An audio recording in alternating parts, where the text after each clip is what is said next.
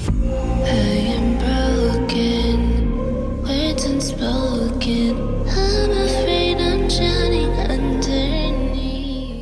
Hello and नमस्ते everyone, सबैजना सन्चै राम्रो हुनुहुन्छ होला। म एकदम सन्चै राम्रै छु होइन। अनि हामी चाहिँ आज बिच जान आँटेको। अहिले चाहिँ बेलुकाको 5 बजिसकेको छ, घाम पनि ओभरै छ, त्यही भएर हामी चाहिँ अलिक बेलुका हिँडेको। म्यापमा हेरेर अब हामी चाहिँ निक्लिन आँटेको। अहिले पनि घाम चाहिँ डरै लागिरहेको छ लाग्न चाहिँ होइन। अहिले चाहिँ हामी हिँड्दैछौँ होइन।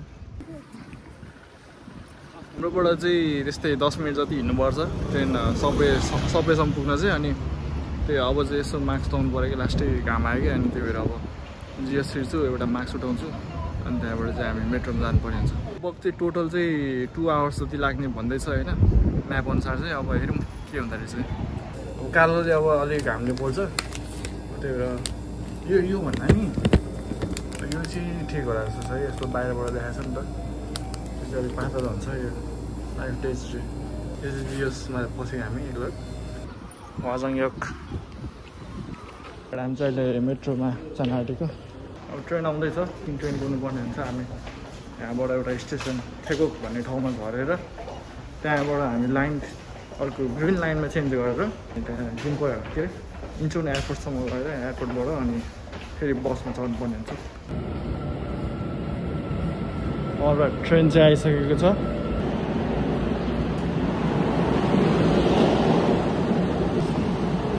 आयो भनिदेऊ त गाइड लिएर। यहाँबाट चाहिँ त्यस्तै लगभग एउटा स्टेसन हो, त्यही भएर त्यति टाइम लाग्दैन। लगभग 5 मिनट जतिमा अब एउटा स्टेसन आउँछ थेगोक भन्ने। अनि थेगोकबाट चाहिँ हामी चेन्ज गरेर अर्को लाइनमा जानुपर्ने हुन्छ।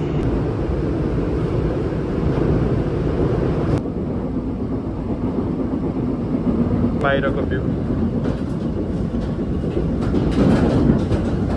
अलराइट, हामी थेगोक आइपुग्यो।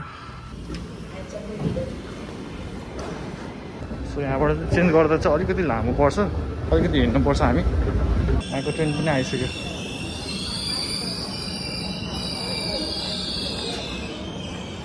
त्यस्तो भागाभाग भएर एकछिनमै। सो अहिले हामी वाजङबाट ट्रेन चढेर थेगोकमा झऱ्यौँ।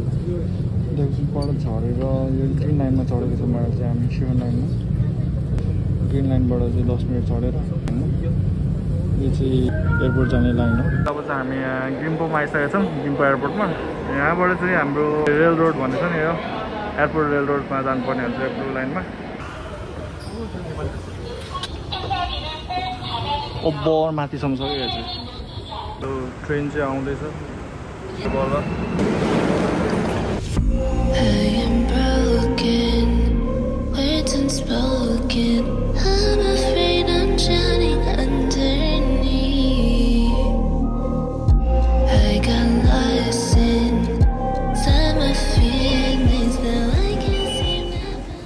अहिले चाहिँ टाइम चाहिँ बेलुकाको 6:22 भइसकेको छ।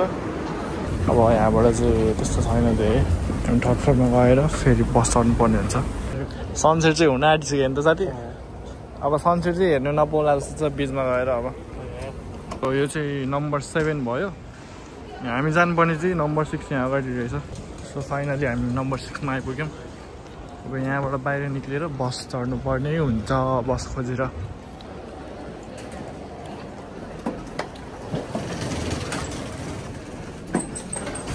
राइट, हामी बाहिर आइसक्यौँ। ओहो, बाहिर त यार। अब कति नम्बरको बस हो त्यो हेरेर जाऊँ।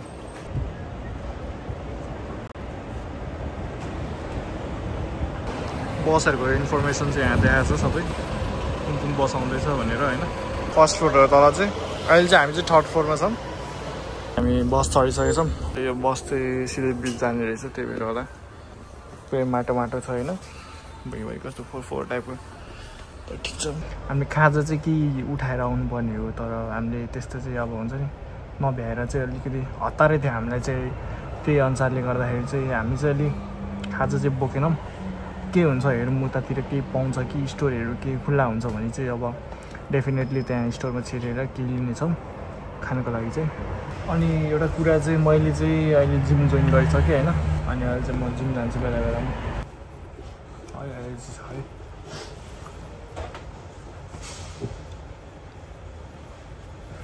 रिसेन्टली मैले यो स्टिक मगाएको थिएँ। यो चाहिँ गोप्रोको लागि स्टिक हो। यो मोबाइल होल्डर चाहिँ मैले एक्सटर्नल हालेको आफै पुरानो स्ट्यान्डमा थियो अनि मैले यो झिकालेर हालेको। सो अनि यो निकालेर चाहिँ गोप्रो हाल्न मिल्छ हामीले। अनि आज प्रोबब्ली 360 पनि हान्छु होला मैले योबाट।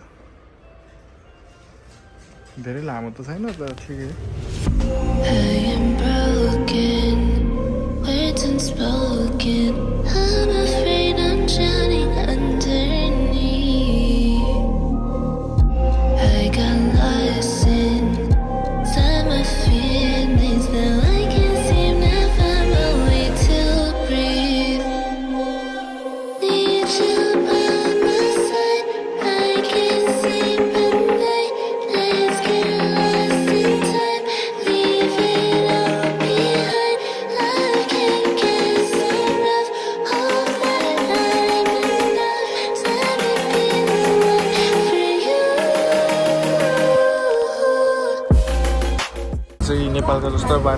नेपालको जस्तो बाटो पाएको छौँ हामीले। अफरोड फुल अफरोड भएर आएँ।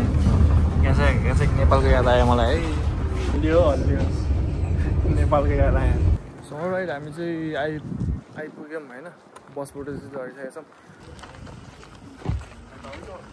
फेरि छिरेँ म अब यहाँबाट हानागे बिच।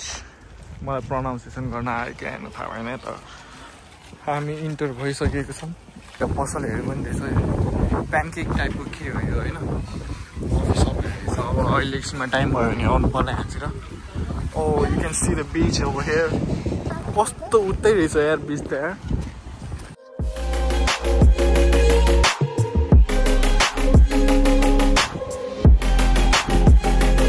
रेडी भइसकेका छौँ। टक्क लगाएर बिचमा जान रेडी।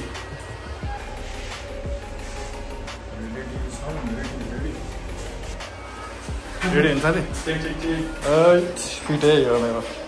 हातपट्टि लाख होइन तर जुत्ता चाहिँ पुगानु पर्ला जस्तो छ हामीले। हामी सनसेट हेर्नको लागि रेडी भइसकेको छौँ गाइजहरू है। के छ साथीहरू मजा आइरहेछ। अब दिउँसो आयो भए चाहिँ अलिक रमाइलो हुन्थ्यो होला। तर हामी बेलुका आइपुग्यौँ त्यसरी है। जस्तो होइन रमाइलो गर्नुपर्छ बिचमा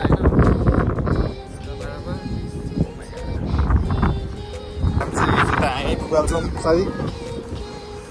हामी जुत्ता उता लगाएर जानु नमिल्ने भएको कारणले गर्दाखेरि चाहिँ मेरो फर्स्ट एक्सपिरियन्स बिचमा है। ओहो ओही कति चिसो भाइ यो त। ओ माइ गॉड कस्तो लाग्यो भाइ आम्बो है।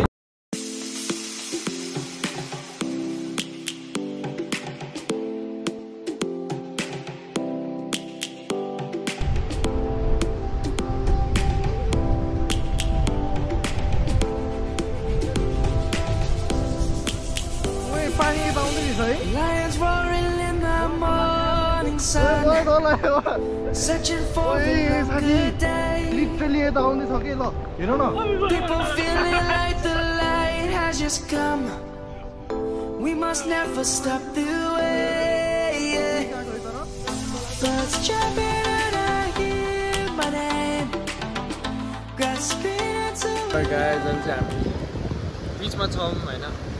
सो मेरो कपाल चाहिँ हावाले उडाएर के भयो। तर यो राति चाहिँ यो पानी चाहिँ हुन्छ नि मैले एक्सपिरियन्स गरेको छैन नि त अहिलेसम्म। त्यही भएर होला यो पानी चाहिँ एकदमै माथि आइरहेछ। चाहिँ खाली छ होइन। यो पुरै भर्ने रहेछ क्या। उता त्यो छ नि यो सेतो छ नि यहाँसम्म पुग्ने रहेछ यो चाहिँ। अहिले चाहिँ हामी माथि आइसकेको छौँ। यो शङ्खा हो कि के हो भन्छ यसलाई थाहा भएन मलाई चाहिँ। नाम चाहिँ त्यो सेल जस्तो टाइपको रहेछ कि सेलै होला नि होइन। स्नेलको सेल हो कि के हो। जुत्ता लगाएर होइन खुट्टा धुने ठाउँ रहेछ त्यहाँ होइन। खुट्टा सुट्टा धुयौँ अनि यहाँ जुत्ता लगाएर हिँड्दैछौँ। जाडो चाहिँ एकदम जाडो छ। 9:30 9:10 Last bus. 감사합니다. 안녕하세요. 지금? 허리야. 감사합니다. So बस्न भरेर है साइको भए चाहिँ हामी अब चाहिँ बस आउँछ अरे एकछिन कुरोमा सो अहिले भने सम्दा हाम्रो दुईजना मान्छेहरूले पढ्नु भयो होइन उहाँहरू चाहिँ खै कहाँ जानु आँट्नु भएको थाहा भएन घर जानु आँट्नु भयो होला सो अहिले चाहिँ यहाँ अगाडि चाहिँ बस स्टेसनमा चाहिँ गएर बसाउन आँटेको छ अरे लास्ट पछि होइन चाहिँ अब चाहिँ 9 बजिसकेको छ अनि हामीले चाहिँ अब अलिकति गाह्रो परेछ हामीलाई किन भन्दाखेरि यहाँ अहिले बस पनि छैन अनि ट्याक्सी पनि छैन कि फेरि ट्याक्सी पायो भए त ठिक थियो होइन तर ट्याक्सी पनि छैन रहेछ अब एकछिन लोकल्सहरूको अनुसार चाहिँ अब एकछिन पुऱ्यो भने चाहिँ 1 घन्टा जतिमा चाहिँ अब बस आउने भनिरहेछ भन्दा चाहिँ एउटा लास्ट बस भन्दैछ अब हेरौँ के हुँदो रहेछ अब आयो भने आयो आएन भने पनि ठिकै छ यतातिर बसौँ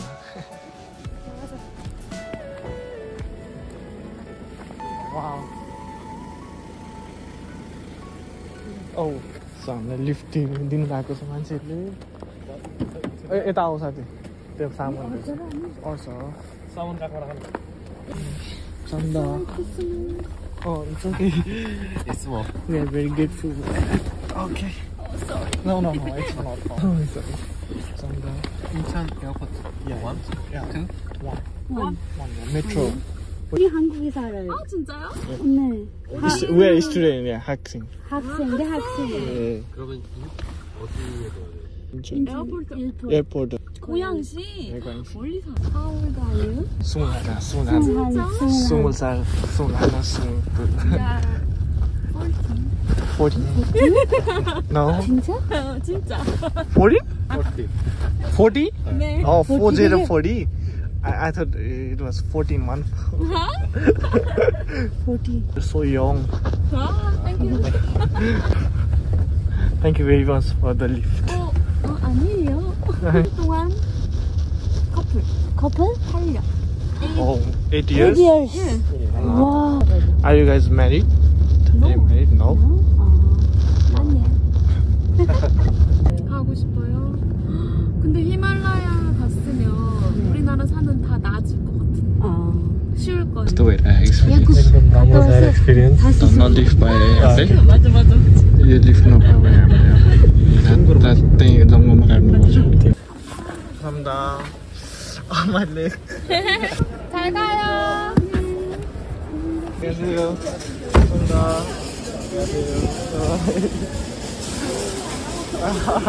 So already हामी एयरपोर्टमा छिरिसकेका छौँ. म एक्जिट भएको उतै हो के अस्ति नै नेपालबाट आउँदाखेरि म एक्जिट भएको उतैनिर हो. बस चाहिँ हेरेर आउनुपर्ने रहेछ कि तर त्यो म्यापमा पनि नो डाटा देखायो नि त. उहाँहरूको कारमा चाहिँ 2 जना मात्रै हुनुहुँदो रहेछ होइन गर्लफ्रेन्ड बोयफ्रेन्ड अनि उहाँहरूले मजाले हामीलाई लिफ्ट दिएर हामी चाहिँ बल्ल तल्ल यहाँसम्म आइपुगेको छौँ. इन द नेक्स्ट साथी खाना खाएको देखाउनु पऱ्यो. देखाउनु पर्ने नदेखाइकन त भ्लगको इन्डिङ त हुँदै हुँदैन होइन. हाम्रो दाजुले साङ्गेप्सल काट्दै हुनुहुन्छ.